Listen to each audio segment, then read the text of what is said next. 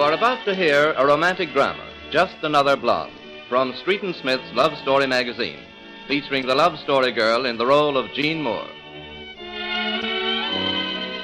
This is the story of Jean Moore, who started off from her home in Huronsville, Indiana, to carve out a niche for herself in little old New York. When she left Huronsville, Jean's only assets were $50 hard-earned dollars and an antique Ford affectionately referred to as Napoleon. It's the morning of her third day out. The nights have been spent in tourist camps, where Jean has been only too glad to do odd jobs to help pay her way. We find her in the back kitchen of Mrs. Oberfelder's barbecue lunchroom, washing dishes to pay for her breakfast. Well, there you are, Mrs. Oberfelder. I guess that finishes the lot. Anything else you'd like me to do? No, that's plenty. Just you go running along, you and your Napoleon, before it gets hot from the sunshine out. Well, thanks. I guess I will shove along. We've got quite a few hills to climb today, and Napoleon sort of has to take it easy or he boils over.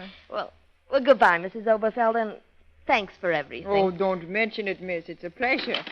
You want I should have Gussie crank it up for you? No, thanks. I can manage it. Oh, good heavens, Napoleon's gone. Oh, Mrs. Oberfelder. Oh, Gussie, slow. Napoleon, someone's taken Napoleon. You mean your car is gestolen? Oh, no, I mean, it wouldn't be worthwhile for anyone to do a thing like that. Napoleon couldn't possibly bring more than $20 as junk. Oh, no, it's one of those loafers from Pottersburg going joyriding again. Joyriding? Yeah, well, he gives 3 cars missing this month. Oh. You wait here till I call up the police. Dear, who would want to take poor old Napoleon joyriding? I wonder if I left the key in the ignition. No, here it is in my pocketbook. Oh, dear. Oh, Mrs. Oberfelder, what did they say? Oh, I'm sorry. I got bad news for you, miss. Oh, you mean they can't find Napoleon? No, they find him okay, in a ditch all crumpled up. A car with an Indiana license all busted up.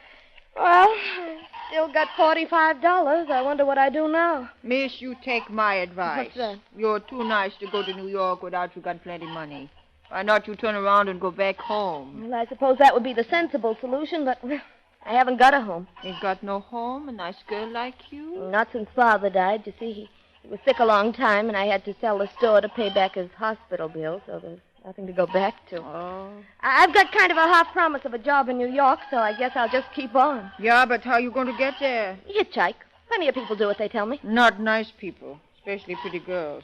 Don't you take hitchhikers with no men. That don't come to no good. Men, they don't ever give nothings for nothing. You're telling me. Well, now, don't you worry, Mrs. Oberfelder. I promise I won't ask you for a lift unless there's a woman in the car.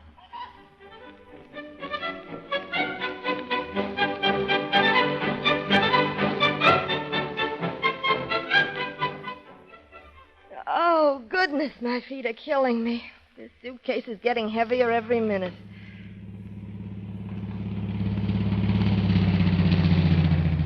Hello, gorgeous. You going my way? No, thanks. I'm walking for my health. Ah, come on, beautiful. You're too pretty to get flat feet pounding the road. You see this rock? Well, if you don't move on, I'll break your windshield. Go on now. Nasty, eh? Okay. I hope your feet drop off at the ankle.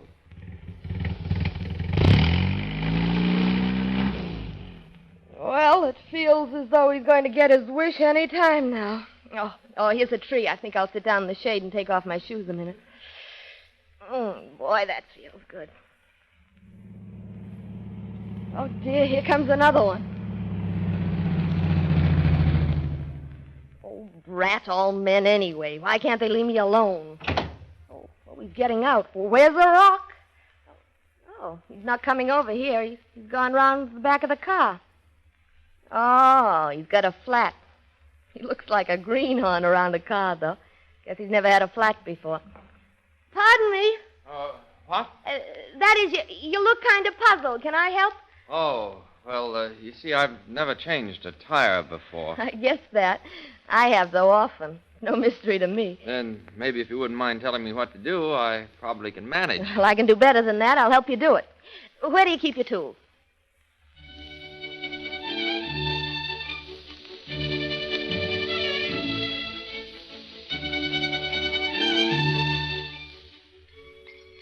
Well, that's that. Thanks. How much do I owe you? Nothing. I did it as a favor. Oh, I mean, Oh, that's all right. You're going east?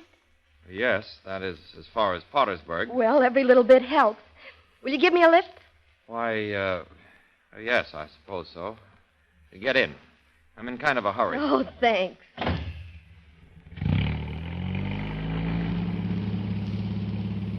Oh, boy, is this a relief. I never realized till today what a grand invention a motor car really is. Uh-huh. Oh, this is certainly beautiful country you have around here. I said this is certainly beautiful country. Yes, I heard you. Do you need an order from the president before you can talk?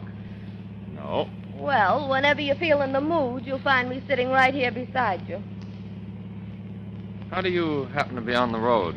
Hiking to New York to get a job. I hope. Isn't that dangerous? Not if you're a fairly good judge of people. Oh, so you can judge people.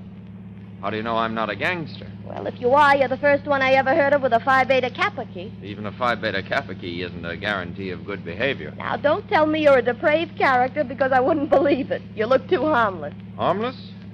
Suppose I were to stop the car and try to kiss you. I don't really think that would change the fate of the nation. Do you? Mm-hmm. I thought so.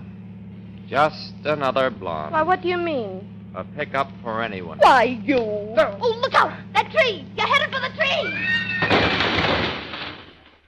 Oh, are you all right? Well, I hope you're satisfied. Made me smash my car. Well, it serves you right for insulting me.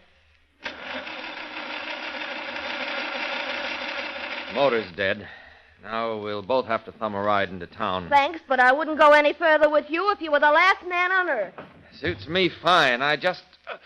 Oh, what's the matter? What's the matter? My leg, I'm afraid it's broken. Broken? Oh, goodness, it's all my fault. Oh, rats. I feel kind of dizzy. Here comes a car. Tell them to take me to the Travers Hospital. My name's Morley, Frank Morley. Oh, yes, good Lord, he's fainted.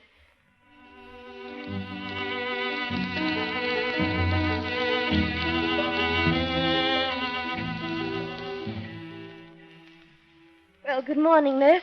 How is Mr. Morley this morning? Better than he thinks he is. Oh. The doctor says it's just a simple fracture. Of course, it's pretty painful right now, and he's as cross as a bear, but the doctor says he'll be up and about in 6 weeks anyway. 6 weeks? Oh, dear, that's an awfully long time. Not for a broken leg. Aren't you the young lady that brought him in here? I'm afraid so. Well, then I guess you can go right on in. He needs cheering up. Thanks. I'll do my best, but I don't know if it'll work. Come in. Oh, it's you. Oh, good morning. I just dropped around to tell you how sorry I was about yesterday. Don't tell me you stayed over just to tell me that. Well, I'm not in any hurry. I thought there might be something I could do for you. There is. You can go somewhere where I'll never have to look at you again. Oh, I wish you wouldn't hate me so. The nurse says it won't be long before you're up and about again, as good as new. Long, huh? I wasn't up and about last night, was I? I'd promised to take my fiancée to the country club dance.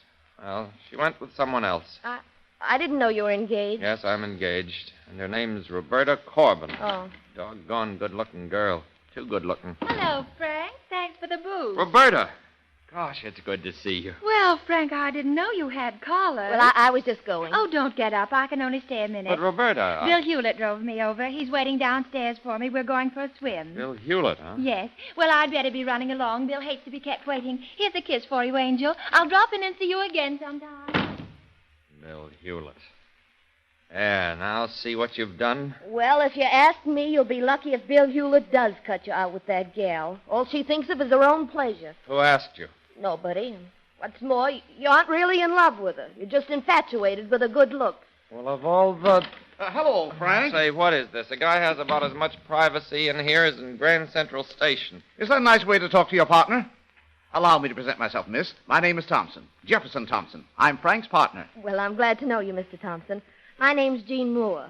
I didn't know Frank, Mr. Morley was in business. Sure, he's in business. Morley and Thompson. Own two of the finest antique stores in upper New York State. I run the one over in Cooperstown, and Frank runs the one here in Pottersburg. Oh. Oh, that reminds me, Frank. Guess we'll have to close up your end of the business till you're out of the hospital. Seems a shame right at the height of the season. Oh, Mr. Thompson, I know it's presumptuous on my part, but I used to manage my father's store in Huransville back in Indiana, and, well, I feel sort of responsible for Mr. Morley being in the hospital. And I wonder if I couldn't run the shop for him until he gets well. Here, hold on a minute. Not a bad idea. Hey, what is this? Didn't you say your name was Moore and you come from Huransville? That's right. You wouldn't be Jeremiah Moore's daughter. Yes. Jeremiah Moore was my father. Well, what do you know? Jeremiah and I were in college together. Oh. And you think you'd like to take over Frank's store, do you? Oh, only till he gets well again. Yeah, but I don't want. Morley and Thompson are honored by the association, Miss Moore. Come on, and I'll show you the tricks of the trade. Look here, I have something to say about this. That's what you think. Please don't worry, Mr. Morley. I'll drop in every evening and let you know how I'm getting on. That's all I need.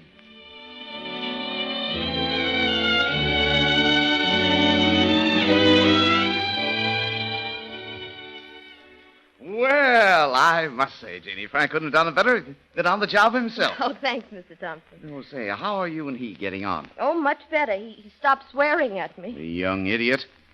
I was hoping now that he caught sight of a real girl, he might forget about that overpainted Jezebel he's been tagging after. Oh, I don't think she's as bad as that, Mr. Thompson.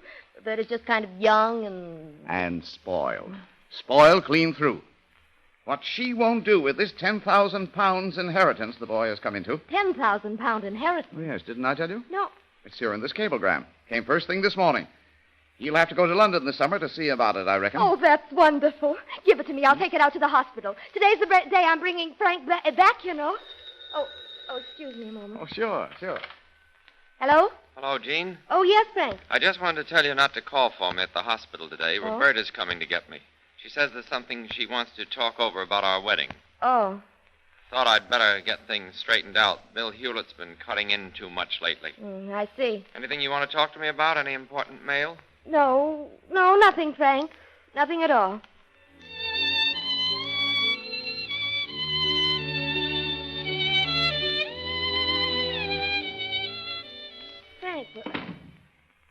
Frank, I thought you were going out to Roberta's to discuss the wedding. I did. It's all off, Jean. Oh, Frank. Yeah, she decided Bill was a better bet. It seems he's got about $35,000 in the bank. But you've got that, Frank, more than that. Jean, are you cuckoo? Well, 10,000 pounds is almost $50,000, isn't it? That's what you inherited. Here's the cable. What? Well, I'll be... Jean, when did this cable come? This morning. Then you lied to me when I asked you if there was any mail or anything over the phone. Yes. Oh, why? Well, that is...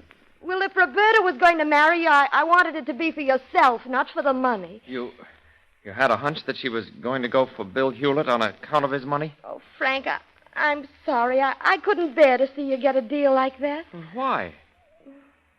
Because I love you myself, I suppose. You do? Mm-hmm. Hey, how long has this been going on? Ever since I helped you with that tire.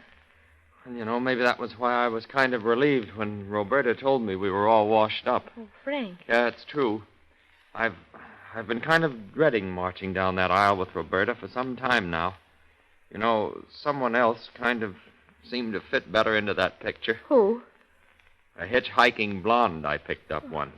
She was bound for New York. Hey, funny if she ended up in London on our honeymoon. Oh, Frank. Oh, Jeannie, darling.